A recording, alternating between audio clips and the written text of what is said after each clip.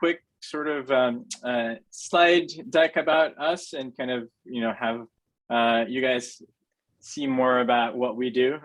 Can everybody see this one? Jim, can you see the screen? Yep, that's good. Okay. Yep, I see slides. All right. Perfect. Yeah, so I just wanted to also introduce you to introduce you to Start Out if you don't know the organization. And the event today is about, presenting with impact, the key to accelerating your personal brand. So if you have any marketing questions or sort of a brand perspective, we'll be happy to have those on the chat. So chat there, and we'll also address those issues as well. About Start Out, Start Out's mission for the last 10 years now already has been to help LGBTQ+ entrepreneurs and startup founders.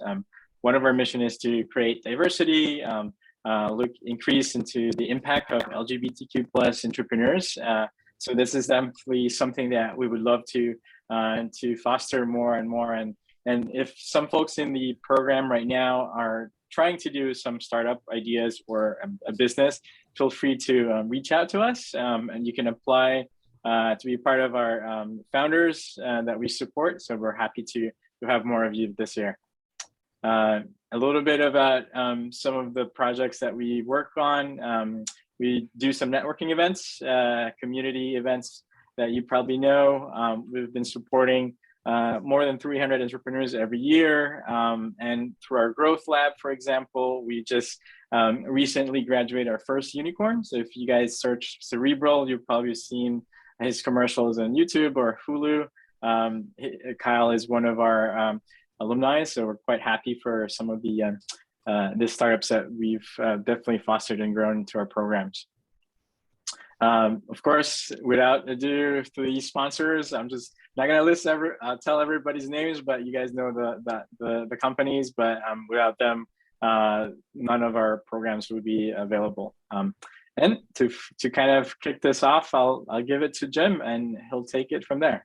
So great. Thank you. Thank you, Russ. Okay, so welcome everybody. I am calling in from New York City, an area called the West Village, for those that know New York, halfway between Times Square and World Trade Center. I'm right in the middle there.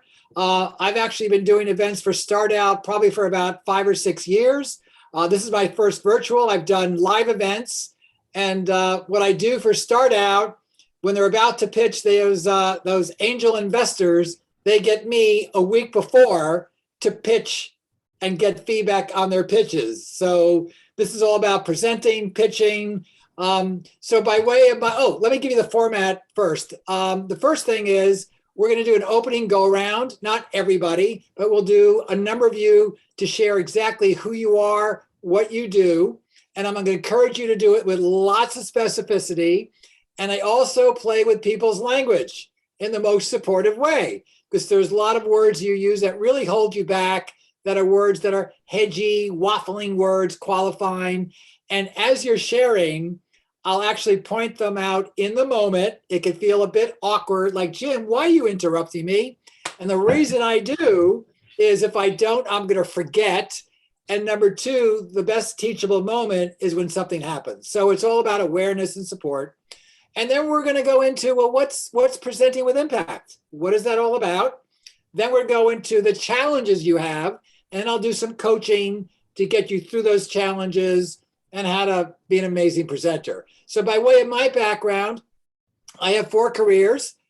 Most of my careers are in the entertainment industry. So I'm a certified career life and business coach, and I coach mostly creatives in entertainment. So a lot of writers, directors, producers, set designers, puppeteers, animators, hair and makeup, wardrobe, the whole range of the entertainment field. And through different connections, I also coach officers at the U.S. military up at West Point, women in finance, NYU alumni, the whole range of the world. That's career number 1. I also use my background as a talent agent to work on my clients' pitches. So when they want to pitch a TV series or a feature film, that's when they call me in to work on their pitches, and also what they call their sizzle reels. And a sizzle reel is simply a visual representation using actors, or if it's a reality show, the actual reality people, and what the TV series or the feature film looks like. So career number 2. Career number 3, I'm an entertainment lawyer, emphasize entertainment. So for you folks, I don't do criminal law, not that you're criminals, divorce, house closings, prenups, or anything else other than entertainment law. And my fourth career, I'm an adjunct faculty member of School of Visual Arts based in New York, although my class is virtual, and no surprise, it's pitching your TV series to the industry experts. There we go. So I do about 100 plus workshops a year, mostly in entertainment. In the LGBT world, I do workshops for Legal, which is the LGBT Bar Association in New York City. I also do workshops for Out Professionals, which is the largest networking organization actually in the US. Besides New York, they got chapters in DC and LA. I also do workshops for SAGE here in New York, which are the gay seniors. So I'm very, very, very, very glad to be of service to folks in the gay community. And here I am with Start Out in my first big virtual event. So thank you, Robin, for the applause. I take lots of applause. I love to talk about myself, but I'm going to stop there. So a couple things about the workshop. Thank you, Russ. This is very interactive. So when you've got a question, comment, observation, bring it up in the moment. So there's no Q&A at the end. The best time to ask a question, make an observation is when it comes up. So you can get my attention in actually two ways. For those that are on video, I can actually see you on my screen. So if you go like this, I'll see you. If that's too cumbersome, go to the bottom of your screen. On the right side, it says reactions. Click that. Up will pop different icons, and there's a raised hand icon. Click that, and I'll see you as well. If you want to, I see it, Derek. Derek, question, comment, or are you just testing it out? No, I was just testing it, sorry. Okay, no, not sorry. Great, I'm glad it works. Okay, if you want to post anything in the chat for me, Russ will be monitoring that as well. And feel free to actually direct message each other. Go to the chat at the bottom. There's a place for a message. Up above it is an arrow with everybody's name on it. Click the person you want to send a direct message to. One of the big benefits of Zoom. TC, you got a question or comment? Yes, sir, Jim. If I you don't mind my asking, where did you obtain your life coaching certification? So the school that trained me is called IPEC Coaching, IPEC. It stands for Institute for Professional Excellence in Coaching, based in New Jersey. I shouldn't say New Jersey for those New Jersey folks there. IPECcoaching.com, one of the largest schools. Highly recommend it. Don't know anything about any other school. TC, if you like to ask me about my experience at that, please reach out to me and I will gladly talk to you as much as you want to know. And by the way, Russ, if he hasn't already, or Emma, will be sending all of you a handout from me with my contact information, my bio, and my gift to everybody today is a complimentary coaching session, 30 minutes, FaceTime or Zoom. Thank you, Robin. I love the applause. And here's a networking tip. When you reach out to me, put something in the header that I'm going to absolutely want to open the email. Like, Jim, you were beyond incredible at Start Out tonight. All right, if I see that, I'm going to open that email. Okay, what else? That's about it. Let's have lots of fun. So actually, TC, you're in my first corner. Introduce yourself briefly. What do you do career-wise, and be really specific? In the beginning of starting out my new quote experience in life, I'm 61 years of age, retired Navy, ran a music venue bar for 10 years here in Spokane Valley, Washington. I've been doing some trading with the stock market and options the last year, about 2 years now, and really just trying to find my niche right now. And that's why I said, when you came with the life coaching, yeah, I really feel, I really want to talk. Good. I really want to help. Talk. I really want to help people, and sitting here in my basement, all day, that's what I do. I think I've got I got something. I just don't know what the hell it is, Jim. But I have Actually, something to offer. you do know what it is. It's not, you have to find it. You don't even have to find your niche. It's declaring it. I've never Clarify. met anybody in 17 years of coaching Clarify. that with some coaching, they're unable to declare what their true passion is and what their niche is, right? So it's the declaring rather than the finding. Okay, Got it. let's go Right on. to Derek. All right. So, well, despite my hat, I am not a life coach, but I'm actually a programmer. I've had, kind of almost the opposite, really. And Hold so on. I've been. All right, Derek, wait. Word never to use again. And you're not even aware that you use these words. Kinda. Okay. So kinda and its sister sorta, this is what they do. They diminish whatever you say next by 90%. So if I met you, Derek, at a networking event when we can, which is soon, I said, hey, Derek, I'm Jim Arnoff. I'm kind of a coach. Right? You would run the other way. Keep going. So yeah, I'm a coder. I had several jobs, but I'm trying to finally get my own little game studio going together. Hold on. Never use the word little. Right? That diminishes in everybody's mind what you're doing. Keep going. True. So I'm trying to get that off the ground to. Hold on. Wait, you're not trying, right? In fact, I know you're giving me all these great words to play with. Yeah, that's perfect, actually. I'm telling you, when you present with impact, every word you use has an energy to it, right? People connect or they don't connect, right? So when they hear the word trying, they're thinking you're not really committed. And in fact, you never have to use the word trying because you're actually doing. And the reason people use the word trying is they go, well, what if I never do it? Or what if I change my mind? It's not about the future. It's about your present commitment. So if your commitment is to start a business, you're actually doing. Go, Derek. Which I do technically, oh God, is that a word? I do technically have it up right now because I have it incorporated and everything. Technically is also a qualifying word, right? So technically speaking, I went, technically? No, you are. So presenting with impact is declaring, the word I use with TC. Declare it. Own it.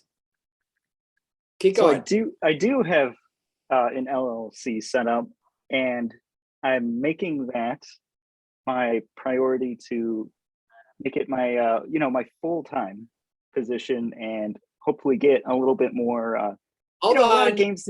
Wait, Derek, the H word. Anybody want to guess the H word? Hopefully. Yeah, hopefully, right? Hopefully is, keep that for, don't even use it, because I'm hoping to start a business, right? No commitment. So there are actually two ways to say anything. The most powerful way to say whatever you're doing is the present tense, as long as it's authentic. So I am starting, or I've started, right? A business. The next best way, and the only other way to say it is I will. Right? Because I will has a commitment. Miguel, you got to put yourself on mute. Miguel, there you go. Okay, right. So I will has a commitment to it. People listen for commitments. Anything else doesn't count. I'm planning to, I'm looking to, I'm contemplating. Those words are qualifying words. Go, Derek. You're giving me all these words. I love it. I know I was about to say. We don't need anybody else. Go ahead. Right. Let me think hard. So I'm making games to get more of an impact out there, because I feel like a lot of games are a little bit too, they don't have a whole lot of heart to them generally. There's been an increase in it, but I'm trying to get more. Wait, I am making more games that Right. have a little bit more heart to them. Not a little bit. How much more A heart? lot more. There you go. Embrace, embrace, embrace. You bet. Lovely. All right, Derek, you can get off the hot seat now. Let's go to, tell me if I'm pronouncing it correct. Kelly? Kelly is correct. There you go. It's Thank Kelly. you. There you go. You went. All right. And, and you know what? Share where you're calling in from. Hi, I'm Kelly Forkenbrock. I'm calling in from North Liberty, Iowa, about 15 minutes away from University of Iowa. I am a public services librarian, which means I am the outreach arm of our local library. I specialize, I use my 20 plus years of experience in marketing and public relations to fuel my public sector career. I have a podcast, a weekly series on Facebook, as well as an art gallery installed into the library, which I help curate.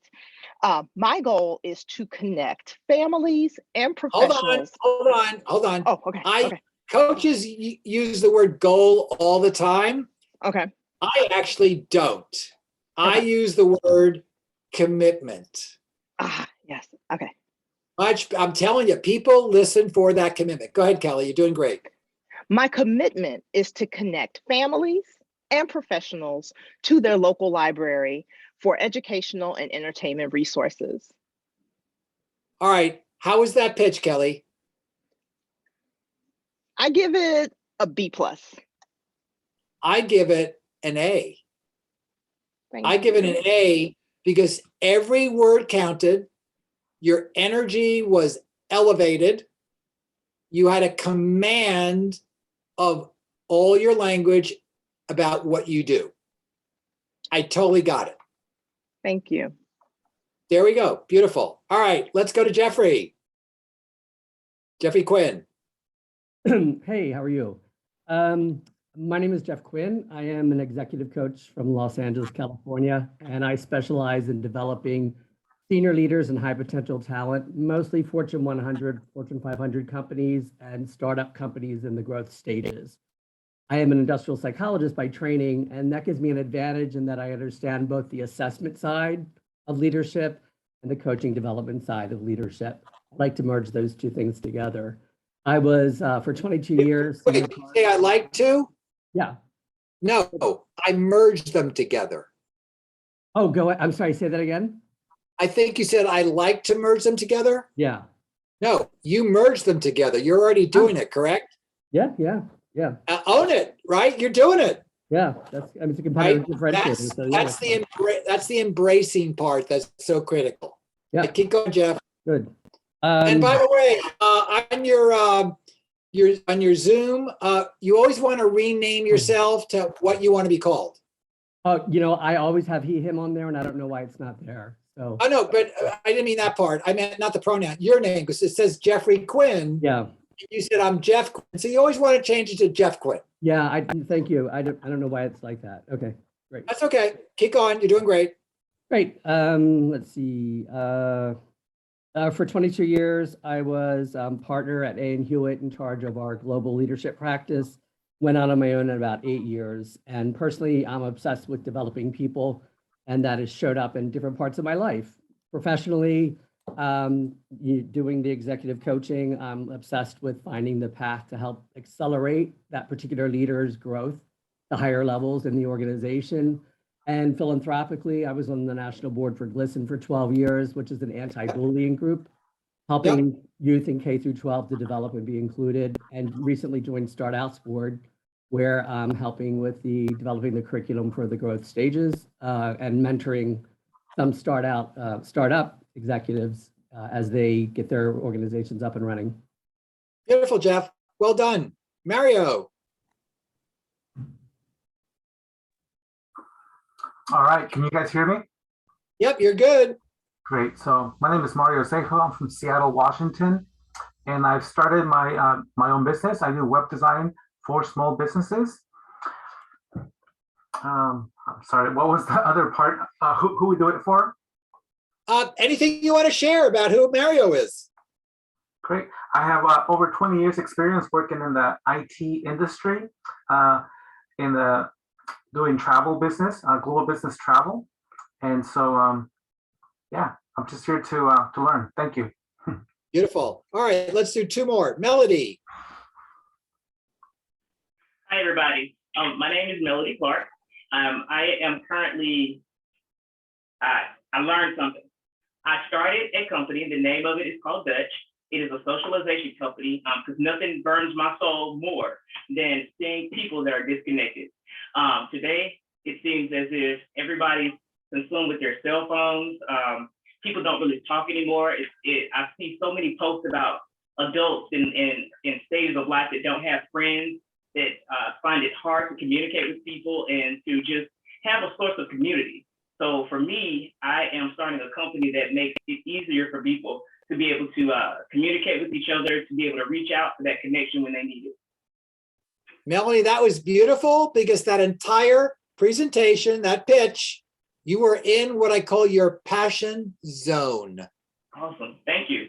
Right? Live in that passion zone. You'll make those connections. All right. And last, let's go to Cowboy. Well, howdy, folks. My name is Cowboy Rick, and I'm here in freezing Dallas, Texas. It's tomorrow morning. We're going to have like -5 wind chill. It's ridiculous. I'm in the process of starting my new company. Hold on, Cowboy Rick. I'm starting my new company. Thank you. Keep going. Right. Because I'm in the process. It's like, okay, when you're done with the process, then talk to me. Right. I'm starting my new company, and my goal right now, can't say goal. Right now, I'm focused on developing the business name. And I'd like to share, if I can, a quick little story about some personal branding and a huge success that I had just a few weeks ago. Right. Keep it brief. Keep it brief. Well, as Cowboy Rick, I went to a conference out in the West or the East Coast, and I used my name tag, and you can't see it here. There it is. And it says Cowboy Rick. And it was really long, had all these ribbons on it. And by the end of the conference, this is the first time I went to this national conference for photographers.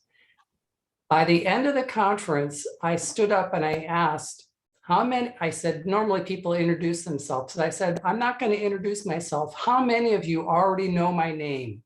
About half the people in the room said, you're Cowboy Rick.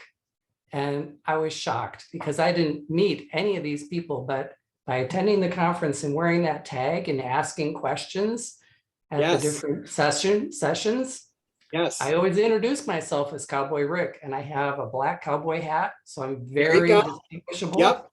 Yep, beautiful. And I've been using Cowboy Rick for years, so it's done me a marvelous, it's a blessing that's paid off in spades. Beautiful. I encourage everybody in any kind of a networking event, whether it's virtual, in person, props are great. T-shirts with slogans on them. I always, by the way, when there's a name tag, always add something besides, well, first of all, your name tag should always be your first and last name, so people really remember you, and put 2 or 3 words to grab people's attention. So I'll always put Jim Arnoff, coach, agent, lawyer. That gets people's attention. Okay, beautiful. There you go. Okay, so, and I'm going to throw out to the group, and there's no right or wrong answers ever on my workshops, actually in life. What is presenting with impact? What does it mean? What does it look like?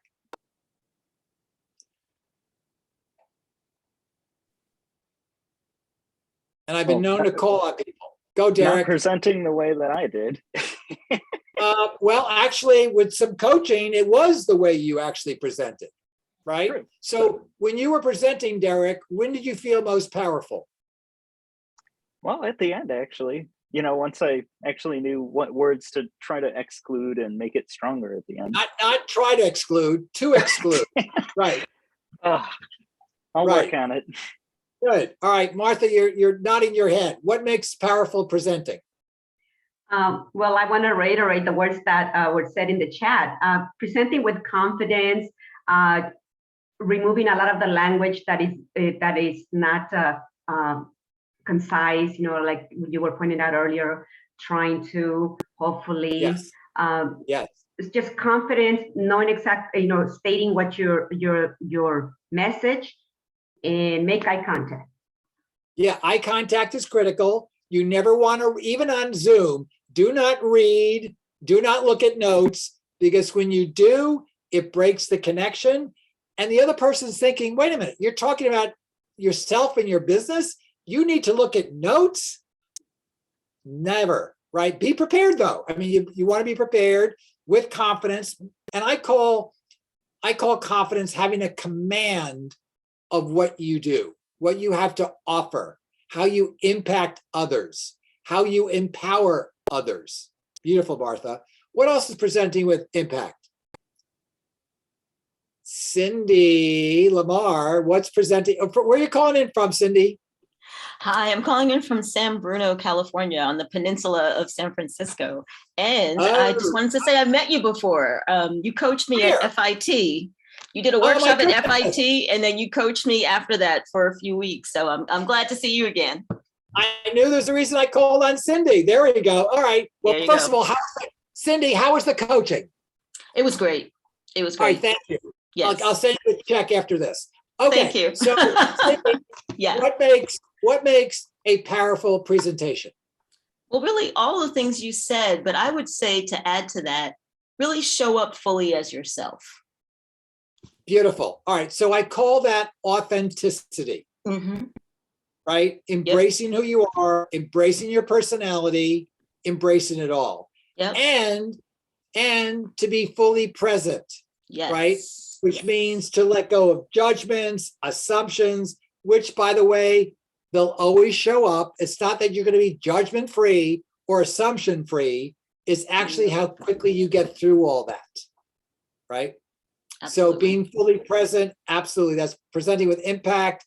It's letting go of, well, how am I looking? What am I? Because before I was a coach, and by the way, I would never have played with people's language before. Before I was a coach, I would finish people's sentences. I would never listen. I would only care about how did I come across. I was never fully present. It was all about Jim showing off. And it wasn't until I got trained as a coach, TC, right, who's going to be a coach, I know he's going to be a coach, that all of a sudden I could be fully present. And I could listen fully to people's language like I am here, listening for their energy in the words, their tone, their body language, trusting my intuition. That's being fully present. All right. What else is presenting with impact? Brad Dressler, where are you calling in from? Hi, I'm calling in from San Francisco. I think passion is a big part of presenting with impact, something that you connect with personally or something that is important to you, and really embracing that and conveying it to your audience and whoever you're speaking to. Beautiful. So before I go on, Brad, you want to let go of the phrase, I think, because I think actually qualifies. I think, or I believe, or I feel, don't need any of those words, just make the statement, right? And when you're sharing your passion, which is absolutely critical, you want to share where did this passion come from, right? The storytelling, right? When did you know that you want to be a coach? Where did this come from? People are fascinated about your passion. Beautiful, Brad. All right. Nazneen, did I pronounce it correctly? Yeah, it's Nazneen. Nazneen, great. You have a question or observation? An observation. I just wanted to say that presenting with impact for me is being able to get my idea across and be able to persuade someone to understand it from my point of view. Okay, so I'm really glad you brought up the word persuade, because presenting is actually not persuading. It's actually not convincing, and it's actually not selling. It's actually sharing, right? Sharing who you are, what you care about, what your passion is, right? Because persuading or convincing has a forcing energy to it, right? I have to convince you. And people actually can feel when you're selling, pushing, rather than there's a much more relaxed, let me tell you who I am. Let me share about my passion, right? Just like Kelly shared, she wasn't convincing anybody here. She was sharing, to Brad's point, her joy of what she does and her passion and her love for it, right? That actually makes the strongest connection, because presenting with impact is really about, and somebody used the word before, it's about making the connection. I would add making the authentic mutual connection, right? So presenting is sharing, and it's also having the other person or the team or whoever it is share back, right? It's that engagement, that mutuality, the collaboration. Thank you for that. All right, Kelly. Yes, we were just talking about you, Kelly. Yeah, and I'm glad you mentioned about the convincing aspect. I spent the first part of my career in sales, marketing, and one thing that I've learned moving into the public sector and doing community engagement from that perspective is that it's a lot of the homework that you do before you present that helps make you have an impactful presentation. Researching, knowing who your audience is, knowing what the connection is between what you have to say and who you have to say it to, and making sure that you're there to listen and not necessarily talk to people, but talk with people about Beautiful. what your purpose and passion is.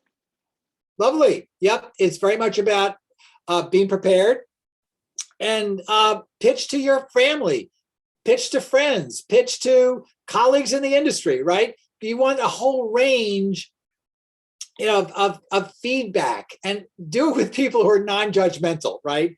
They're there to give you, yes, direct, authentic feedback without judgment.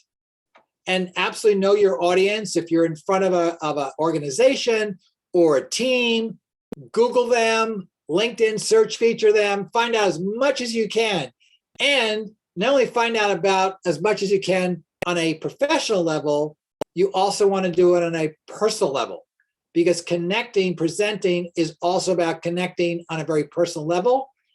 Usually when I do the opening go-rounds, if I had more time, I would have everybody share a personal passion. And the second part of this, which is critical, is what does that personal passion tell you about me, right? So rather than sharing, well, I love to travel, well, that doesn't tell me anything. How do you love to travel? What's your way of traveling? And what does that way of traveling tell me about you? Because if I'm going to buy your services, buy your product, whatever you're bringing to me, I want to know that I want to work with you. That when issues come up, challenges, and mutuality of support. Thank you, Kelly, for that. All right, what else is presenting with impact? Robin from the Hood, I love that. I love it. That's very great marketing, Robin from the Hood. What's presenting with impact for you? It's memorable. When you present with impact, it's memorable. Good. And what creates an imprint on somebody's mind of memorableness? Memorability. I would say what creates that? Right. I would say energy level, the passion level, your tone of voice, the variety of your voice.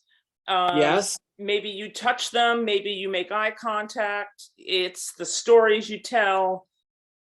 It's the connection, the interaction. And you're using all of your senses and their senses. Robin, you just described the entire workshop. I can now leave. That was great. Okay. That was everyone is point on. Great. All right, let's go to Kellen.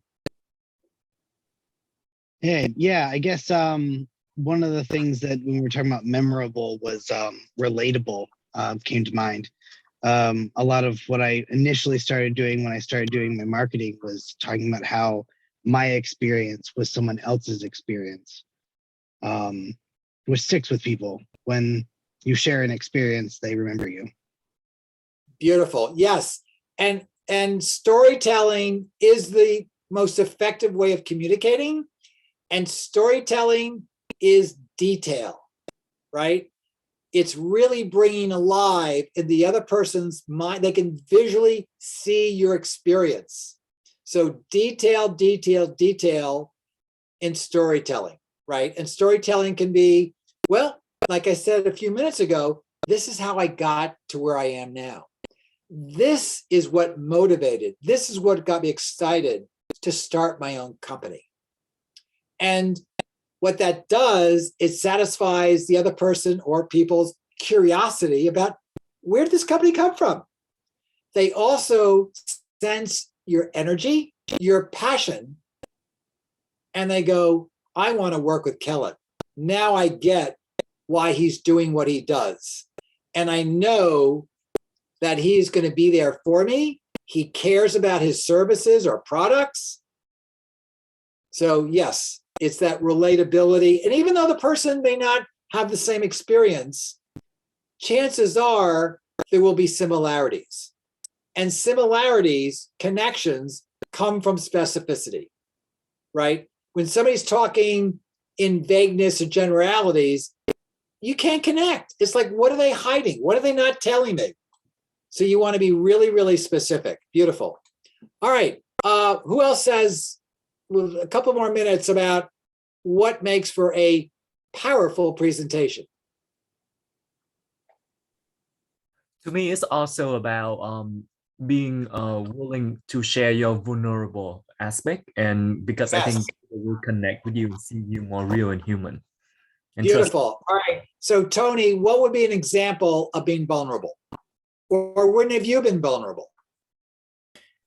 Yep. So that's when I applied to Grow Lab to start out, and I share the passion of why I start in education and to help a lot of international students and immigrants, because my father passed away when I early in 17, and that's the motivation for me to find a job in the US.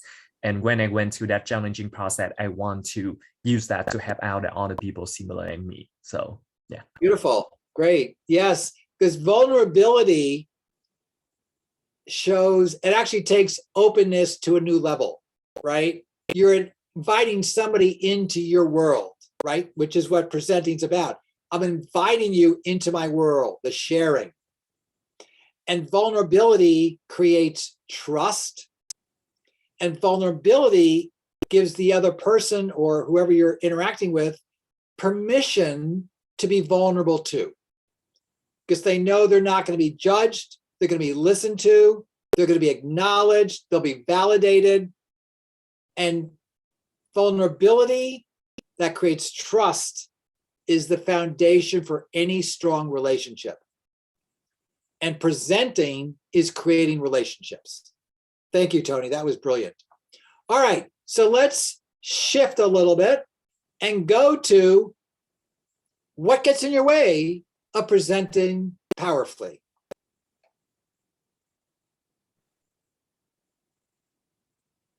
All right, let's go to Robin from the Hood. Predominantly fear and insecurities, the stories that we tell ourselves that are nuts. All right, so of all of that, what relates to you? I would guess. No guessing. I commit. The thing that relates to me, and I believe in my heart that it goes across all of us, is, you don't believe is fear. You know in your heart. Go ahead. I know in my heart that fear is the number one thing that holds us back from everything in life. All right, so here's the thing about fear. Fear is actually, get ready for this, is your friend. Fear is actually how you get there, because fear means you really care about what you're doing, right? Because if you simply, okay, I'm going to go to the bank and I'll make a deposit or speak to the teller, there's no fear there, right? If you're fearful of starting a company that speaks to you at the core, there's going to be fear, because that brain of yours is wired for safety, comfort, stay small, don't get hurt, don't fail, right? And quite often it's reinforced, in childhood. This is the therapy portion, by the way, of the workshop. From your parents or your third grade teacher, it's like, relax, don't do anything, don't be visible, right? And they're coming from the best intentions of protecting you, which is fine as a child. As a grown-up looking to start your own business or whatever you want to do, the only thing you need to protect yourself from is relationships that are not aligned with you. That's it, right? Which means go on lots of dates professionally with people and see if it's a match. Trust your instincts. So fear, this is what fear does. Fear is actually telling you you are on the right track. And as you get the courage, whether it's on your own, with a colleague, a partner, start out members, doesn't matter. You get lots of support and you get the courage to say, you know what? I'm pursuing my dream, my passion. I'm going to take those steps. And guess what? When you do, the fear dissipates. It lessens. Because you go, wait a minute, this is effortless. As a coach, what I do is effortless. Doing these workshops is effortless. All I have to do is show up and do my thing. And you folks give me all the material. What a gig. And I power, right? And I see shifts immediately. Oh my God, coaches love shifts, insights. Oh my God, fear is actually my friend, my ally, right? And we also say failure is how you get there. Because when you fail at something, it doesn't mean you're a failure, which is how most people take it. It means whatever action you did, that didn't work. What did I learn from it? How can I do a course correct? So failure is how you get there. Fear is how I get there.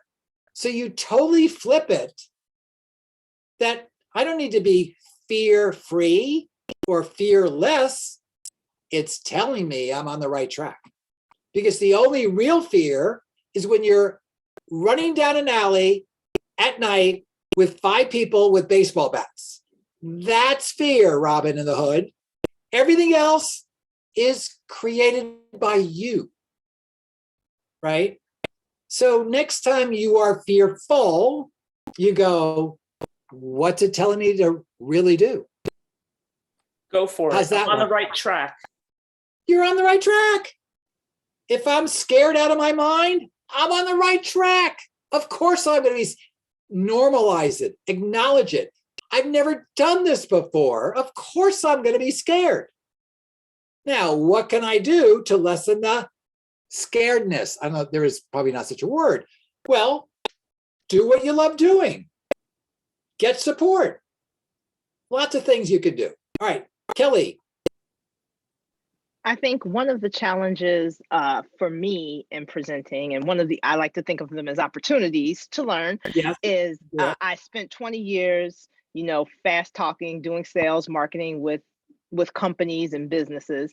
And now in the the public sector, I find that I may talk too fast during presenting, or I feel like, do I need to dial it down from how my presenting style from before? Like, should I have a different presenting style with the public sector versus the private sector? So that's kind of where my challenge comes in.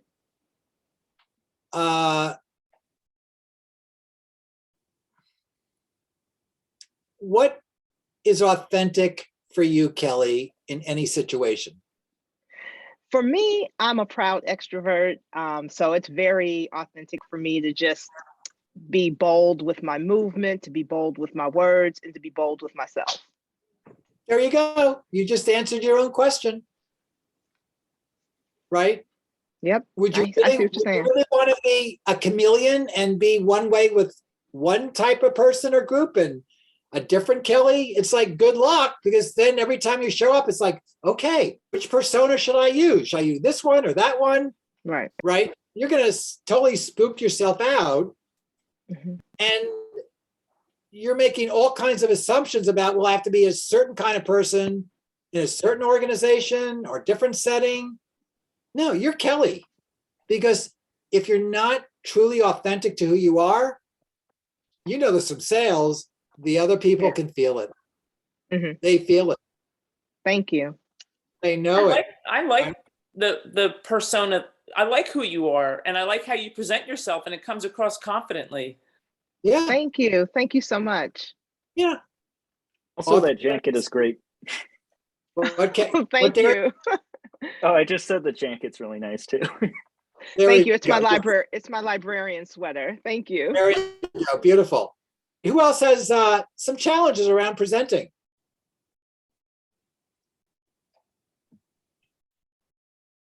Go ahead, Martha. My challenge is thinking that I may not be good enough, that I do not belong in that room or at that table. And perhaps my insecurity comes from, the childhood. I've never really taken the time to explore why I feel that insecurity. So how do you get past that? Sure.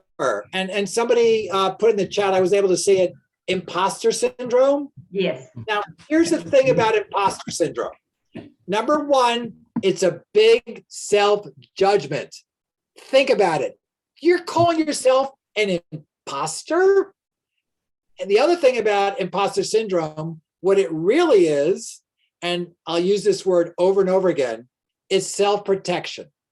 If they find me out, I better not go out there. Whatever I do, they're going to find out that I'm not good enough. Whatever it is, it's all self-protection. And rarely when I coach or on a workshop, is it ever about lack of confidence. It rarely is. Go ahead, Martha. Yes, and it's interesting that you say that, because when I interact with people throughout the day, throughout my life, they have an impression that I am confident, that I know what I'm doing, that I'm a go-getter, that I'm this. But inside, the little voice inside is totally different. And I don't understand why there's that conflict from what people see and how I see myself. So great. Martha, what's that voice saying? That I shouldn't be doing what I'm trying to do, which I am a founder working on my startup idea, right? But but that is not my background. I just decided I had an idea and I'm really, really passionate about it, and I know that there's a need. So I'm out there learning what I need to do to be in this startup world, And so that's where my insecurity comes from, because that's not my background. So I feel that I'm like a fish out of water. All right, so hold on a second. Who says you need a background having launched 5 startups? Nobody says that. It's just, what you read, or most about like so-and-so has raised so many billions of dollars. All right, hold on. If it's according to what you read, whatever that is, you're giving your power away to somebody else. Okay. Right? Now, I don't get a sense at all that you're insecure. I don't get a sense you're not confident. Right? At all. I'm hearing, and you actually said it earlier, I'm not good enough. And I would say, you're not good enough to do what? According to who? Go ahead, answer that one. I have to think about that. No, you don't have to think about it. You know. According to others. Who? Name the people.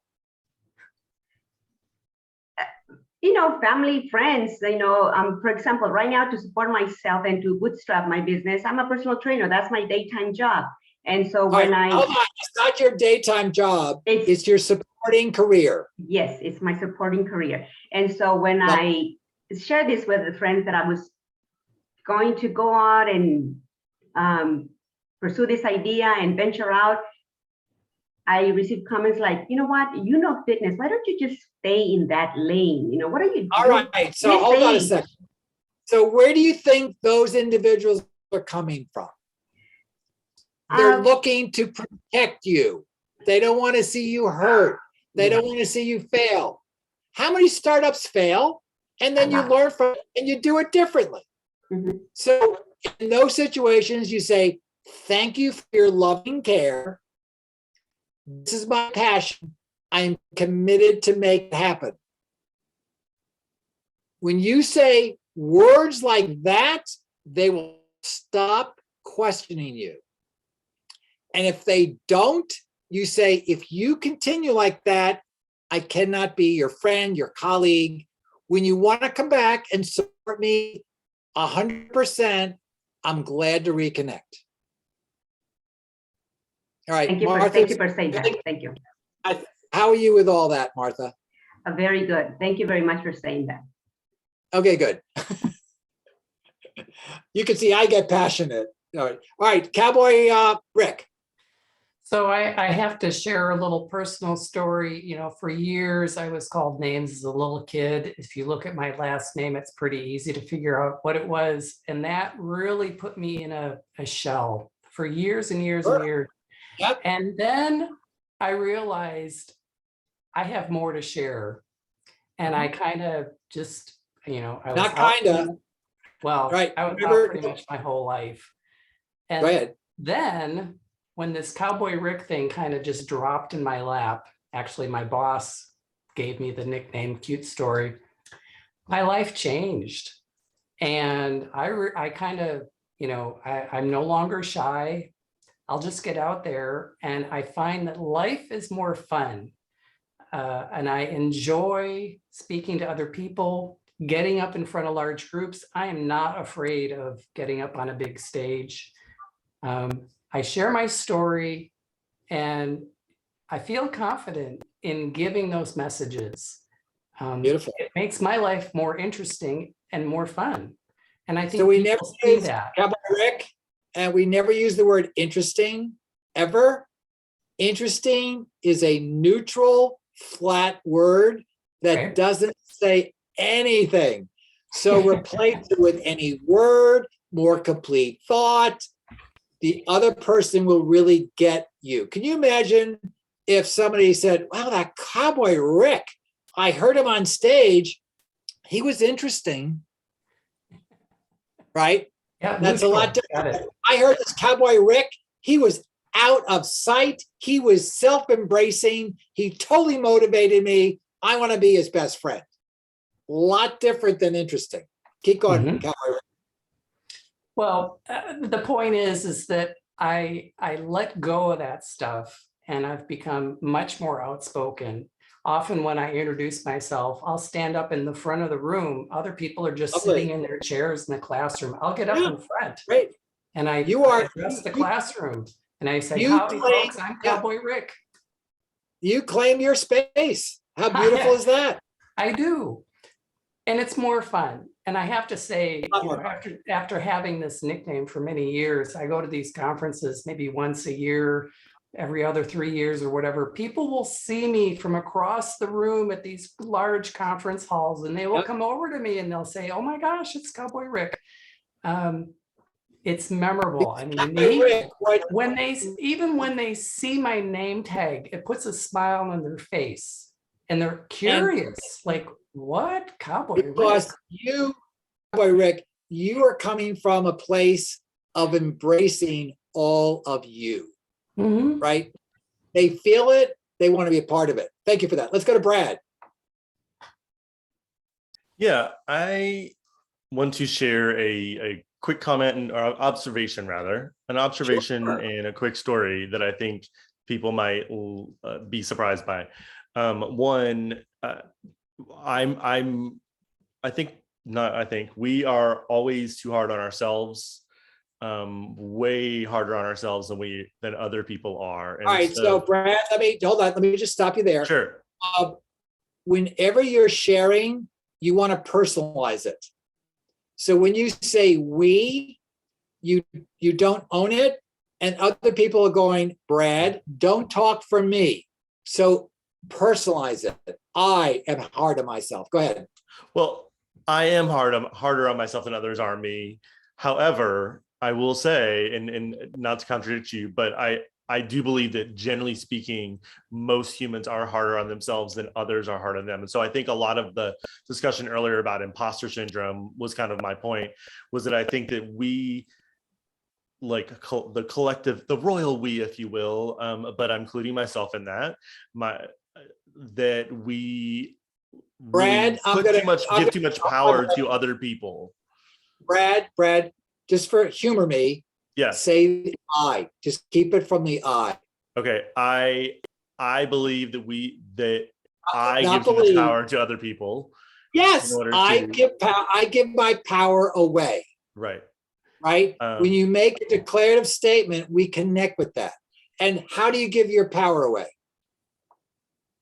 By allowing others, by not having enough confidence in myself, and by thinking that people have more influence over me than they actually do. Great. Or allowing them to have more influence over me than they do.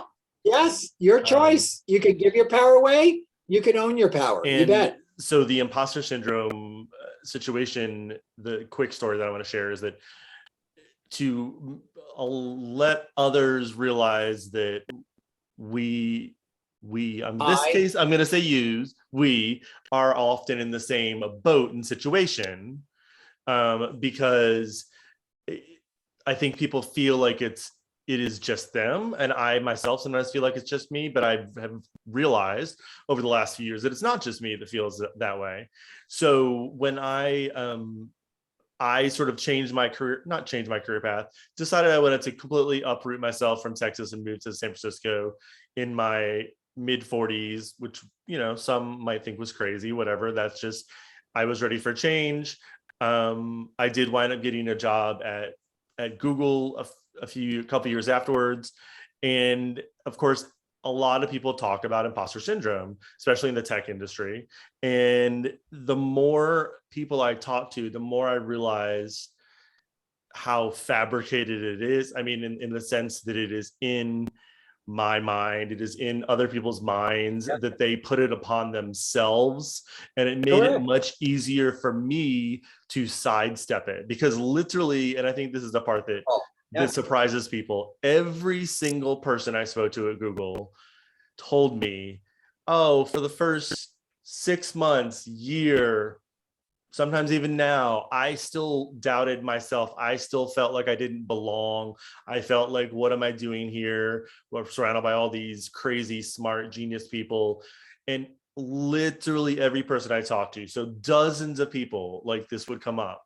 And I think that sort of quantified it and put it in perspective, where I could say, you know what, everyone experiences this. Therefore, I need to take away that power from that and say, this is something that humanity experiences. Let's collectively try to get past that and move on as quickly as we can, because the sooner you accept that it's not just unique to you, I think the sooner you can move past it.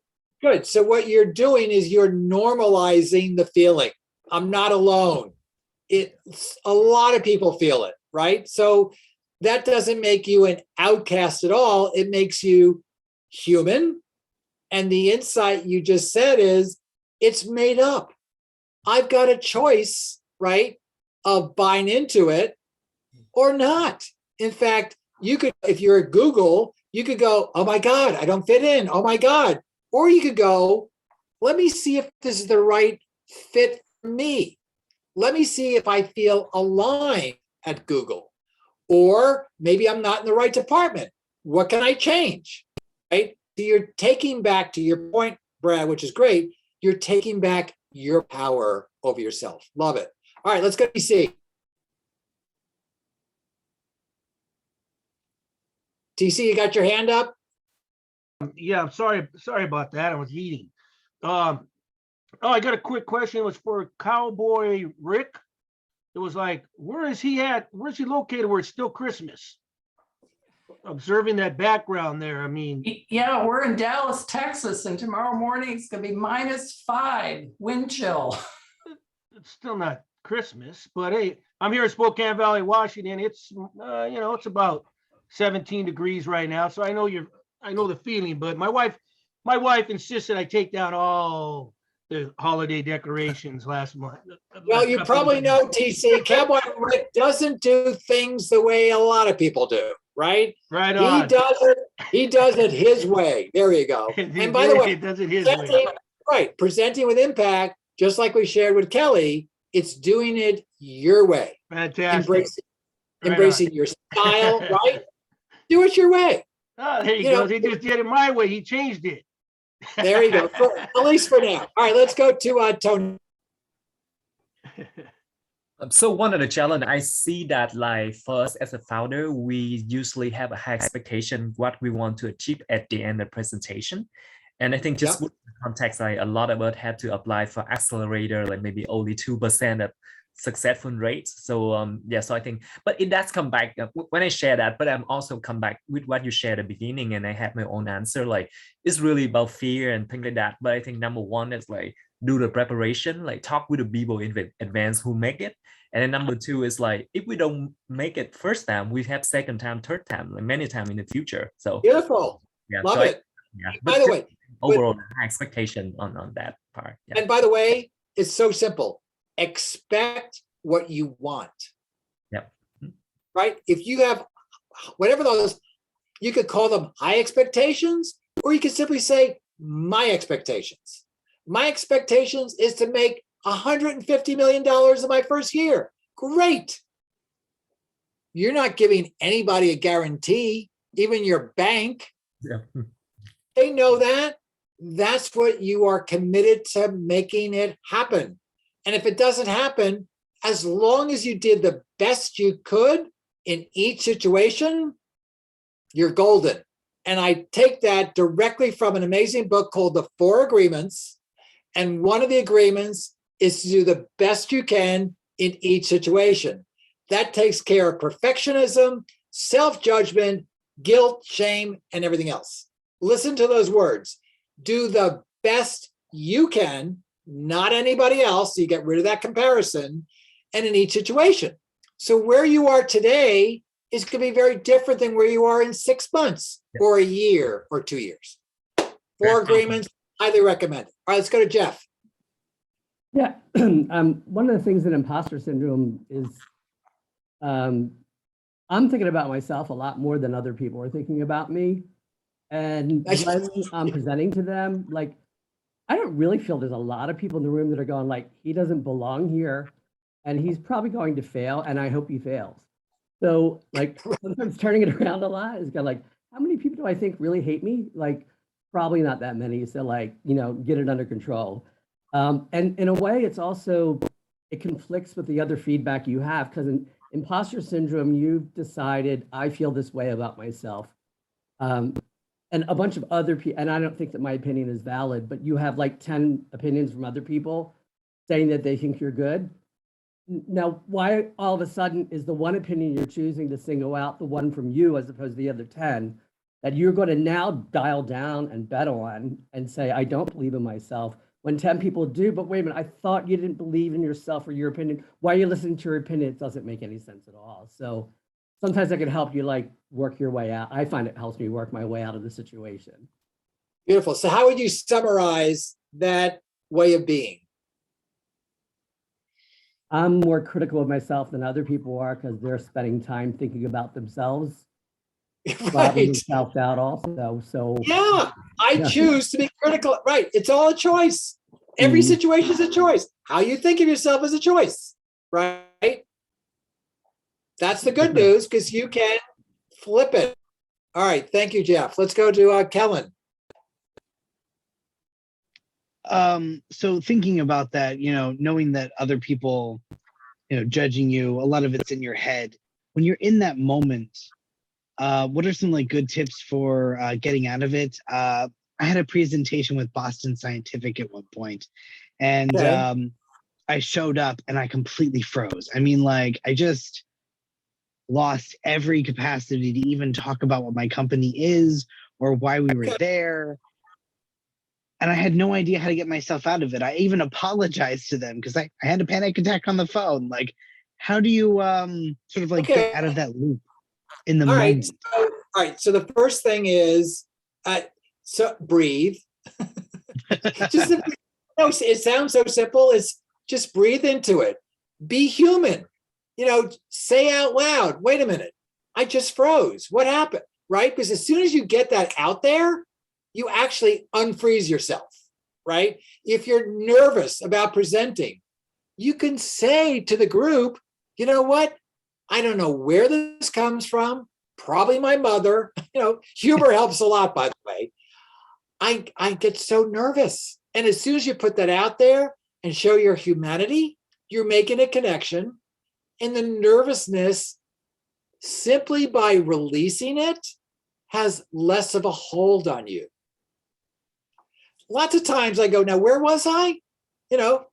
And somebody's going to give me a cue like, oh, Jim, you were talking about that. Or you don't worry about it. Let me go in a different direction. And all of a sudden, you'll remember, right? So it's called alternate focus. When you shift it to something else, whatever you wanted to say will actually come back because you're not trying so hard. You're not putting yourself down. You're shaking it up in a good way. Tell a joke. I don't know. Just you do not have to say sorry, though. You never have to say sorry. Even if you're late for a meeting, sorry is a very weak place to come from. Taking responsibility and owning it is much more powerful. Right? Sorry is way down here. You never actually have to say it. There's like better ways to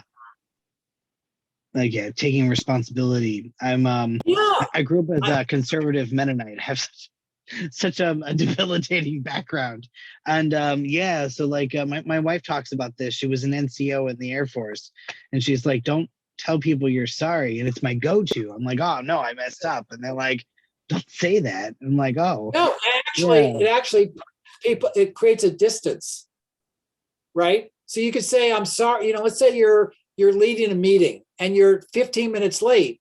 If you come in and say, well, I'm so sorry, versus I want to take full responsibility for being 15 minutes late. I simply did not give myself enough time. I acknowledge that. It's never going to happen again. You're much more present. You're much more fully expressed. And people hear the owning it and commitment to make a change so it never happens again. That's actually presenting with impact. It's clear. I own it. No excuses. No making up stories. I own it. And committed to make that change. All right, we've got a couple more minutes. Who else has some challenges of presenting? TJ, how about you? How are you at presenting? I tend to do all right. I get pretty decent feedback. I get decent feedback. I'm going to practice the language part. Okay. I'm actually joining you folks from St. John's, Newfoundland and Labrador in Canada. So hi. Here we go. Excellent. Beautiful. I had to look up what 5 degrees Fahrenheit or -5 in Fahrenheit was in Celsius. And I'm sorry, that's -20 in Celsius. And I know what that's like. So that sucks. Yeah. But I think one of my biggest challenges is the work that I do. I put myself in a position where I'm representing sort of the interests of pretty much the queer and trans communities. Sorry? Say the what? I do EDI work. What is that? I'm helping businesses develop more inclusive practices for queer and trans workers. So I work with folks in Canada and like in Newfoundland and Labrador, my province, but I've also had a couple of national sort of contracts as well. But I worry about putting myself in a position looking like I do as like, you know, a white man with a beard. Like I have all of the privilege that exists. After transitioning, I'm trans, by the way. But I put myself in a position of being like an expert in that. And I worry about not having enough perspective or not having enough knowledge or not representing the entire complex, you know, nature of the queer and trans community. Jay, how can you represent the entire spectrum and everybody? Yeah. You can't. So what you do is you bring who you are, just like we did with Kelly. You bring who you are, your experience, your courage to be trans, right? That's all you have to do. You do not have to apologize for anything. You do not have to say, well, I'm privileged. Who says it's privileged? All right, so the way you were born, who you were born to, okay, that's not exactly a choice, right? You had lots of choices throughout your life. You want to embrace those choices. Even if the choices, looking back in your mind, were wrong or not the right ones, you made them, you did the best you could, you learned from them, right? So privilege actually has nothing to do with it, right? I do a lot of workshops for women. I'm a cis male, right? I do workshops for women of color. I just did a workshop for, get this, Latina film directors. I am not Latina. I am not a woman. I am a coach, a talent agent by background, an entertainment lawyer. So I come from a place of being of service. You are, TJ, completely all about being of service. I'll add empowering others. That's the goal anyway. I mean, we've got some pretty shitty track records of employment. Not the goal. That's actually what you do, right? Because the goal pushes it out there in the future. Well, I'm waiting to get it. It may happen. You're doing it, right? Now, you may want to do it on a broader scale. Great. You're still doing it now. Thank you. And you are whoever you are. That's what you have to offer. I use, one of the things I'd like to add is I use the beard as a way to engage in conversation around like masculinity and how that impacts the workplace. So people listen to this face a little bit more, maybe. Yes. So that's your prop. That's your beard, right? Your version of Cowboy Rick. Yeah. Right?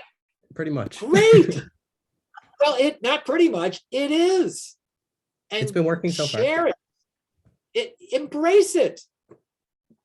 You don't have to be anybody other than who you are authentically.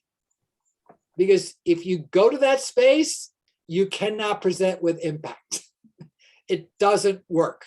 You're looking to be somebody that you're not, or, oh my God, I got to be everything to everybody. And well, if I'm not, a woman of color, I can't connect to a woman of color. Not at all. You can be empathetic. You can be curious. Pass the mic. You can share your experiences that they can connect with or not. Mm-hmm. So you were saying yourself. You were saying about what makes impact. I think, the thing that I bring into the work that I do is sharing my story to help encourage folks consider things from a different perspective. There you go. So right. You're inspiring. How somebody takes it in or hears it, not in your control. How you come across with your authenticity and passion and love for what you do, that's passion, that makes the impact. Mm-hmm. Some will connect, some will not. Fair. Thank you for the feedback. I appreciate it. And I just want to add that you have a beautiful soul and it comes through. Thank you. And someone else wrote in the chat, if doors open for you as a white male, use that opportunity to amplify the voices of others. Use your privilege to help others. Yeah. But I think you're a beautiful human being, and I'd want you to represent me any day. Thank you so much. I appreciate that. Maybe it's that, yeah. All Small righty. Newfoundlander, you know? So we've got about 10 minutes to go. So I'm going to do a closing go round, and I'm going to ask you to share, what are you going to take away from today's workshop? Let's go to Kellen. All right, let's go to Derek. Oh, there's Kellen. Wait, 1 second. I just have to step back outside. Yeah. I run my business out of my house, and so I often have to find quiet places. One of the big things I think that I'm going to take out of this is kind of getting back to the passion of where I started. I think the whole prospect of setting up the business and getting things running and setting up the content and trying to market to people and trying to find places where I can actually grow, I've really kind of lost connection with the people that are me. Because there's so many other people who can use my product. I've lost the connection to why I made it to begin with. And I think trying to bring back that connection into everything that we do will make a good impact. Beautiful. Derek.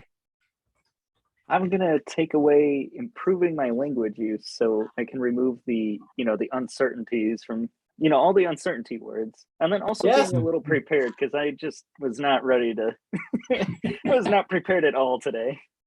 That's all right. When people come to my workshop for the first time, they assume they could be off video and listen to a lecture.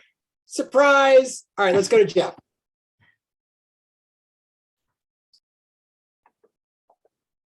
You're on mute, Jeff.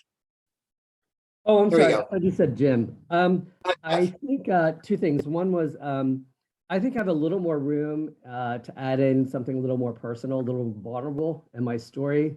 Maybe I want to talk about somehow appropriately. I'm still Fortune 100, so I could be, appropriate with what I share, but I could share something about my own journey, either of being bullied when I was a child or, extra effort I had to do coming up the ranks as an out gay executive because I chose to be out my whole time. Yep. So I think that vulnerability but then I have to pitch it the right way so it doesn't turn people off and it still sounds corporate enough. You know what, Jeff? Pitch it your way. Pitch it from the heart. Doesn't have to be the corporate way. They're all human. They'll get it. Yeah. Tom. The one thing that I would take away from this is that the value of saying something positive to other people, because this is the first time that I've been in a meeting like this and people will chime in saying good things, positive things to other people. And that is just so powerful. I don't think we don't do that enough. And so I'm going to start doing that more. Yeah, I call that authentic compliments with a share, right? It's not simply, wow, you're great. What does that mean? What does great mean? So again, specificity in an authentic compliment is very powerful. Thank you. Mario. My takeaway is your definition of fear. Because I used to think it was a bad thing, but the way you phrased it as I know this is the right thing. I'm hitting the right chord, so I'm going to look for that. Beautiful, thanks, Melody. Hey, my biggest takeaway is to use all that you are when communicating in your presentation.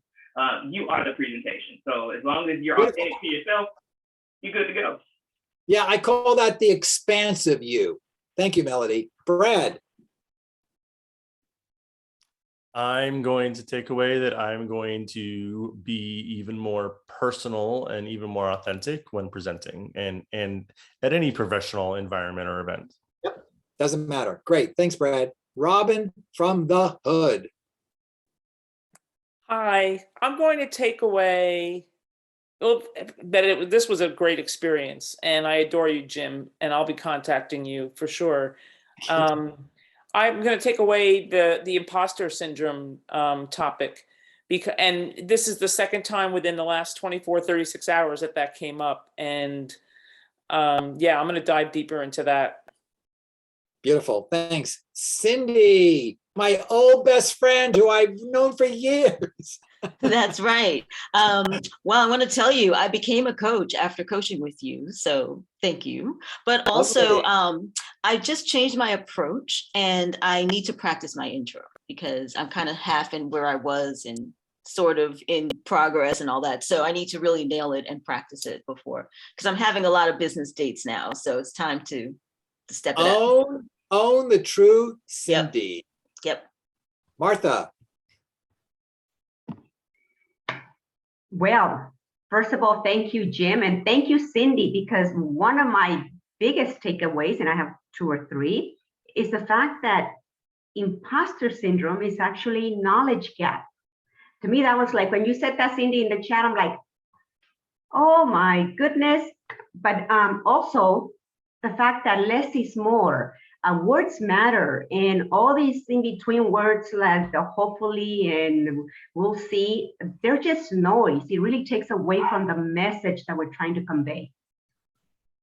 Beautiful. Thank you. TJ in Newfoundland. I'd say my biggest takeaway is, it's hard to really put it into words, but I think I want to focus more on creating invitations for dialogue in my presentations, bringing all that I am. Melody, like you hit that. I love that. Bring all that I am, because I have a lot of diverse lived experience and a lot of knowledge, a lot of interest and passion. And there you are. I am in service. What I do is to make lives better for my people and the people I care about. So I think focusing on that and really inviting folks to have that conversation and dialogue, to get them to change their perspectives or let them come to those conclusions on their own. Yeah, exactly. And I'll say, own your power, TJ. Cowboy Rick. Well, as a rusty certified Toastmaster, I've realized that I need to go back and brush up on my presentation skills, especially starting a new business. Beautiful. Nazneen. It's really interesting because what I wrote down was stop saying sorry. Yes, exactly. I realized I think it's maybe also a cultural thing, but I grew up in like parts of the Commonwealth, so it's quite normal to say sorry, and it's not seen as like a sign of weakness or anything like that. But over here, it's like interpreted differently, and it puts you at a kind of like a lower level. It makes, so yes. And then people kind of judge you on that. So I wrote down like, do not say sorry, just take responsibility and own it. But I had a question for you. If I'm late for a meeting and I come in and I don't say sorry, won't that be considered rude? No. I mean, are you coming in as a participant or the facilitator or leader? Participant. Yeah. So my way of saying it is, I'm so glad I made it. Okay. There you go. I'm so glad I made it. Let's go to Kellen. Oh, you shared Kellen, right? Yes. All right. TC. You declare your passion, declare my passion, declare my niche. Storytelling is the most effective way of communication, and also the fact that people want to hear your passion. They are interested in your passion. Yep, you bet. All right, so for all others that are not on video, if you want to share, now is your time. See if I have any takers. Sure, I'll say one thing, which is that I often undermine myself by saying like softening words like I believe or I think. So just less of that, like stop. I think I'm sometimes afraid of people's response. So I try to make them be nicer to me. And, less of that, just own your perspective. Beautiful. And when you're fearful of what others say, you give your power away. Because they'll have lots of reactions. Can't control it. You can control your words, your energy, how you present yourself. Okay. Anybody else would like to share before I turn it back to Russ? And I'm going to actually ask Russ, what are you going to take away from today's workshop? Yeah, thank you for today, by the way. I think one of the biggest takeaway that I see is that to pause and think of what we want to say to people, because I think, pausing, I feel like people just want to say more and more, but to be more authentic, I think you kind of have to think about it and actually enunciate what you want to say. Beautiful. All right, it's on the hour. We ended on the minute. Russ, any final thoughts or goodbyes? That's it. And if you guys have any questions, feel free to send us. You have the handout. So that's it from my end. And I guess have a nice evening for everybody. Good night, everybody. Thank you. Good night. Thank you. Thank you. Good night. Bye. Thank you. Thank you Good so night, much. Irene. Good night, John Boy. Bye.